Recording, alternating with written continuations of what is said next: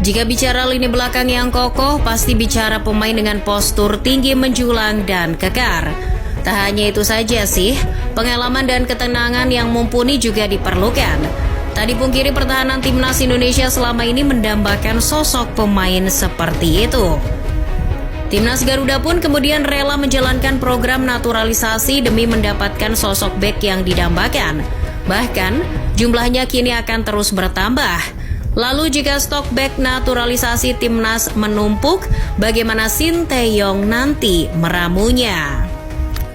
Materi bek timnas Indonesia ini sebenarnya sudah melimpah sebelum naturalisasi pemain seperti Elkan Bagot, Jordi Amat, Sandy Walsh maupun Shane Patinama. Lini belakang Garuda juga sebenarnya tak kalah kuatnya. Talenta lokal seperti Rizky Ridho, Andi Setio, Ryuji Utomo, Bagas Adi, Alveandra Dewangga, maupun Fahrudin Arianto juga sempat bergantian menjadi bek andalan timnas. Iya, memang dari dulu kelemahan timnas Garuda salah satunya adalah di sektor lini belakang. Sejak zaman Robby Darwish, Bejo Sugiantoro hingga Hamka Hamzah, tak ada bek lokal timnas yang punya tubuh yang tinggi menjulang dan kekar, layaknya bek-bek Eropa. Maka dari itu muncullah ide pemain naturalisasi. Awalnya pemain naturalisasi tak mengincar pemain dari luar Indonesia, pemain asing yang sudah lama berlaga di Liga Indonesia menjadi incaran. Mulai dari Fabiano Beltram, Otavio Dutra, Victor Igbonevo, maupun Bio Paulin. Namun hasilnya bagaimana? Kita tahu sendiri proyek naturalisasi bek tersebut hanya akal-akalan saja untuk memenuhi kuota pemain lokal di Liga Indonesia. Belajar dari yang sudah-sudah, maka kini era baru gelombang naturalisasi mulai dilakukan. Tepatnya pada era pelatih Sinteyong. Proyek naturalisasi menjadi salah satu jalan yang ditempuh PSSI bersama Sinteyong untuk menunjang prestasi timnas Indonesia. Di era Sinteyong, PSSI lebih diarahkan untuk melakukan naturalisasi pada para pemain keturunan Indonesia yang bermain di Eropa. Sejak era Coach Shin, pemain naturalisasi yang datang kebanyakan dari sektor bek seperti Jordi Amat, Sandy Walsh maupun Patinama. Kenapa lini belakang? Soalnya Sinteyong melihat lini pertahanan Indonesia belum cukup bagus, terutama jika untuk menghadapi skema bola mati lawan.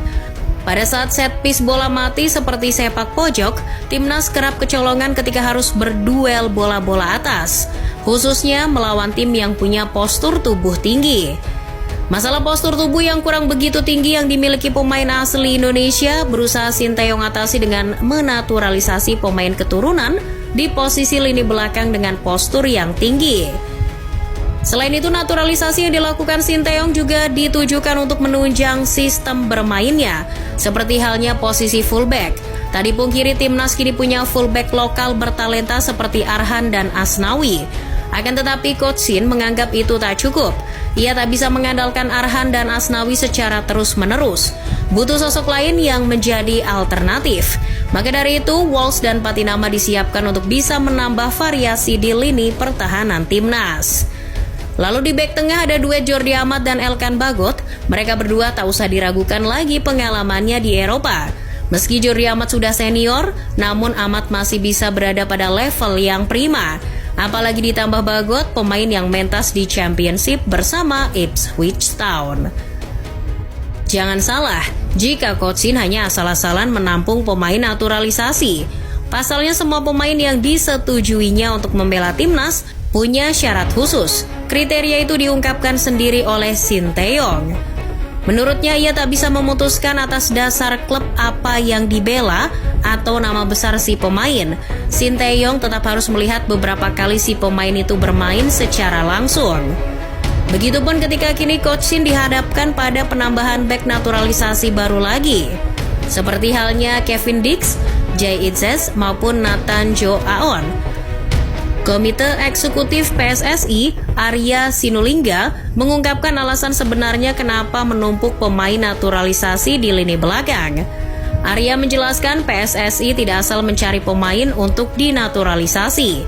Semua langkah naturalisasi atas persetujuan Coach Sinteyong. Semuanya harus tanya ke pelatih. Kalau pelatih tidak butuh, apapun yang diusulkan orang, kami tak mau untuk memprosesnya. Banyak juga anggapan bahwa penumpukan bek naturalisasi hanya akan mematikan karir pemain lokal terbaik untuk masuk timnas, seperti apa yang disorot media Vietnam, The Tau 247. Mereka menyoroti tentang penumpukan bek naturalisasi yang akan dilakukan timnas kita beserta akibatnya. Namun tak usah mempermasalahkan hal tersebut, toh Sinteyong cukup fair dalam hal ini. Kalau pemain naturalisasi itu tak perform, toh Sinteyong berani kok tak memakainya. Terbukti pemain seperti Rizky Ridho, Asnawi maupun Fahrudin Arianto juga sering dipercaya oleh Coach Shin. Justru sekarang yang terpenting adalah ikuti saja arah yang sudah dijalankan Coach Shin dan PSSI guna terus memperkuat materi pemain timnas. Apalagi turnamen-turnamen penting sudah ada di depan mata kita seperti Piala Asia 2024 maupun kualifikasi Piala Dunia 2026. Apalagi nanti timnas akan menghadapi lawan yang berat seperti Jepang dan Irak. Kita tahu sendiri Jepang ngerinya seperti apa sekarang. Level kualitas dan pengalaman pemain kita dengan Jepang sudah pasti kalah. Namun setidaknya dengan adanya para pemain naturalisasi tadi, optimisme tetaplah bersemai. Irak pun juga demikian. Meski tak semoncer Jepang, kekuatan tim juara Piala Asia 2007 tersebut tak dipungkiri masih di atas kita. Maka dari itu, strategi menghadapi dua lawan sulit itu bisa diatasi dengan bertaburnya bek naturalisasi timnas. Masih ingat ketika Sinteyong bersama Korea Selatan sukses menghancurkan tim besar seperti Jerman di Piala Dunia 2018. Salah satu formulanya adalah dengan cara bertahan yang solid. Bisa saja jika Kevin Dix, Nathan Joaon maupun Itzes jadi bergabung ke timnas, maka format ideal dengan 3 bek tengah juga bisa dipakai Sinteyong ketika melawan Jepang maupun Irak.